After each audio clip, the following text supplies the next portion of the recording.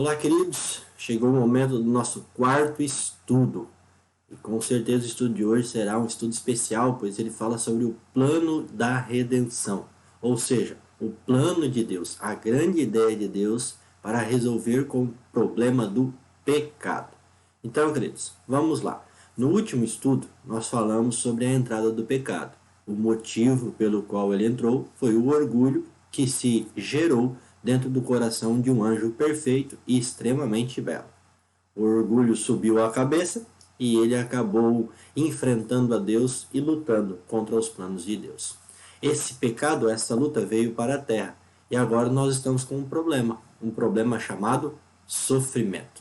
E aí vem aquela pergunta: até quando nós vamos sofrer? Até quando que Deus vai deixar o pecado viver aqui nessa terra e nos assolar ou nos destruir? Então veja bem, queridos. Primeira coisa que nós temos que entender para a solução do pecado é a nossa terrível condição. Nós temos que entender quem nós somos ou o que nós temos. Então, queridos, olha só. Romanos capítulo 7, o versículo 18 diz assim. Romanos 7, verso 18. A palavra de Deus fala assim: porque eu sei que em mim, isto é, na minha carne, não habita nenhum bem, pois o querer, o bem está em mim, não porém o efetuá-lo. Aqui Paulo está falando que ele tem uma luta interna. É a luta interna de querer fazer o bem, contudo, na verdade, só conseguir fazer o mal. Ele tem o desejo pelo bem, mas na verdade não tem a força de efetuá-lo. Essa é a nossa condição. Só que, queridos, Romanos capítulo 6, verso 23, nos amplia a visão da nossa verdadeira condição. Nossa verdadeira condição é esta: porque o salário do pecado é a morte, mas o dom gratuito de Deus é a vida eterna em Cristo Jesus. Então veja bem, o nosso salário apaga por nossas escolhas, por nossas ações, porque quem peca não é Deus, somos nós, é a morte. Esta é a nossa condição. A nossa condição é estar marcado para morrer. Só que Deus tem uma solução para tudo isso. Ele não vai nos deixar simplesmente morrer. O próprio verso aqui diz que o dom gratuito de Deus é a vida eterna. Então, se eu tenho pecado e eu só tenho vontade de pecar, bem eu não consigo fazer apesar de eu querer.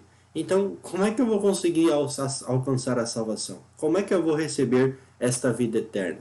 Bom, existe um gesto de amor. E esse gesto de amor, representado nesta foto, nos representa a morte de Cristo. A morte de Deus no seu lugar, como seu substituto. Este é o maior gesto de amor da face da terra. Lembra que nós já estudamos sobre a Bíblia ser uma mensagem de amor? Pois é. A Bíblia é uma mensagem, mas o gesto, a ação do amor é Cristo morrendo na cruz por mim e por você. E isso comprova porque em João capítulo 3, o versículo 16, a Bíblia diz assim: porque Deus amou o mundo de tal maneira que deu o seu Filho unigênito, para que todo aquele que nele crê não pereça, mas tenha a vida eterna. Queridos, este texto ele fala que Deus nos amou. E ele não amou apenas um povo da igreja, não amou apenas os obedientes. A Bíblia diz que ele amou o mundo. Claro, quando ele está falando do mundo aqui, ele não está dizendo das ações do mundo. Ele está dizendo de pessoas como eu e como você. A realidade, queridos, é que por mais que nós sejamos pecadores, Deus nos ama. E olha só o que este outro texto aqui diz. 1 Pedro, capítulo 2, o verso 24. Se você tem a sua Bíblia, abra aí com a gente, pois é bom passear pelas palavras da Bíblia. 1 Pedro, capítulo 5, capítulo 2, verso 24. 1 Pedro, capítulo 2, verso 24. Diz assim: carregando ele mesmo em seu corpo sobre o madeiro os nossos pecados, para que nós, mortos para os pecados, vivamos para a justiça. Por suas chagas fostes sarado. Olha só que mensagem extraordinária. A Bíblia aqui diz que Jesus carregou no corpo dele, sobre o madeiro, a cruz, os nossos pecados, em nosso lugar. Ele foi o nosso substituto. O salário do pecado é a morte, e você e eu deveríamos morrer, mas Cristo Jesus morreu no nosso lugar. E com isso, ele nos dá o quê? Ele nos dá a justiça dele e principalmente ele nos cura. Queridos, mensagem como esta, com certeza, vai trazer alegria para o seu e para o meu coração. Mas tem um outro texto também, que é de João, capítulo 16, Evangelho de João, capítulo 16, o versículo 8, que diz assim: Quando ele vier, convencerá o mundo do pecado, da justiça e do juízo. Aqui é a promessa sobre o Espírito Santo. E eu pergunto, você já permitiu que o Espírito Santo te convença que você é pecador, que nós precisamos de justiça e que haverá um juízo? Queridos, quando nós aceitamos a Cristo como Senhor e Salvador, nós acabamos entendendo que existe pecado, que existe a necessidade de justiça e que principalmente que haverá um juízo. Então não preciso fazer nada, o Espírito Santo me convence, Jesus morreu no meu lugar. Será que é isso mesmo? Bom, vamos lá. Agora sim, 1 João, capítulo 5, versículo 11 e 12. Primeira carta de João, capítulo 5, versículo 11 e versículo 12, que diz assim: E o testemunho é este, que Deus deu a vida eterna, e esta vida está no seu Filho. Aquele que tem um filho tem a vida. Aquele que não tem um filho não tem a vida. Então veja bem, não é bem assim não fazer nada. Eu preciso ter Cristo Jesus. Cristo Jesus no meu coração. Cristo Jesus na minha vida. Porque se eu não tiver Jesus, eu não tenho a vida. É quase como um ingresso. Se eu não tenho ingresso, eu não posso entrar na exposição, não posso entrar no show, não posso entrar em algum programa específico. Não estou dizendo que Jesus é o ingresso, é apenas uma ilustração. Se eu tenho Jesus, eu tenho a vida. Se eu não tenho Jesus, eu não tenho a vida. Olha só, queridos, isso é o que está em 1 João, capítulo 5, verso 11 e o verso 12. Só que aí nós temos também Efésios, capítulo 2. Efésios, capítulo 2, verso 8 a 9. 8 e 9, né? Que diz assim: Porque pela graça sois salvos, mediante a fé, e isto não vem de vós, é dom de Deus, não de obras, para que ninguém se glorie. Então, veja bem, primeira coisa, para que eu alcance o plano da salvação, a graça, a salvação, eu preciso o quê? Primeiro, ter o Filho, ou seja, estar junto a Jesus, ou permitir que Jesus esteja junto comigo, em todos os lugares e todas as situações. Esse texto aqui, de Efésios capítulo 2, o versículo 8 e o versículo 9, diz que nós somos salvos mediante a fé. É necessário fé. Fé no quê? Fé num pastor? Numa igreja? Num santo? Não, a Bíblia está dizendo fé em Jesus. Eu preciso ter Jesus e eu preciso ter fé em Jesus.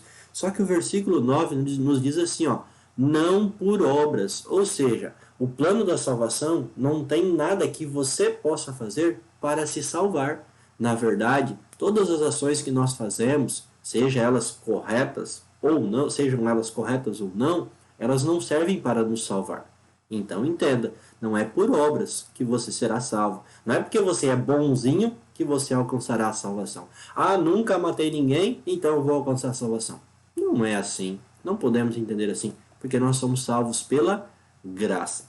E aí vem um terceiro texto. E esse terceiro texto está em Hebreus, capítulo 3, o verso 15. Hebreus 3, o verso 15. Que diz assim: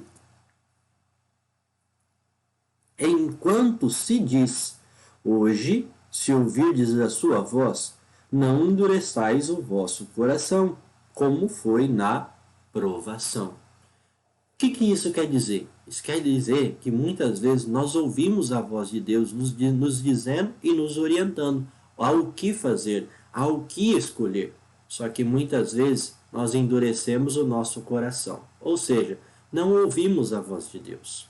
Queridos, para poder alcançar a salvação, eu preciso aceitar a Jesus e ter Ele comigo. Eu preciso, através da fé em Jesus, alcançar a salvação entender que não são obras. E por fim, querido, esse texto aqui diz que eu não posso endurecer o coração. Por quê? Não adianta de nada Jesus estar do meu lado, eu ter fé nele, só que eu não escuto o que ele me pede. Eu não faço o que ele pede. Eu não dou atenção ao que ele fala comigo. Eu preciso ter ele, eu preciso ter fé nele, mas eu preciso ouvi-lo. Porque senão eu só tenho alguém do meu lado, mas ele não faz mudança nenhuma na minha vida. Então, queridos, aí fica a mensagem para você. Hoje é o dia da sua entrega. Porque o texto diz: hoje, se ouvirdes a sua voz. E você está ouvindo a voz de Deus. Porque a voz de Deus no mundo em que nós vivemos hoje é a Bíblia. Então, queridos, não endureça o seu coração. Ele morreu por você. E o plano para que você possa viver eternamente é aceitar a Jesus como Senhor e Salvador. No nosso próximo estudo, nós vamos falar sobre fé, arrependimento e confissão. O que é fé, o que é arrependimento e para quem eu preciso me confessar. Queridos, este estudo com certeza vai abrir a sua mente e vai mostrar um dos melhores caminhos para nos achegarmos a Deus. Grande abraço e até o próximo tema.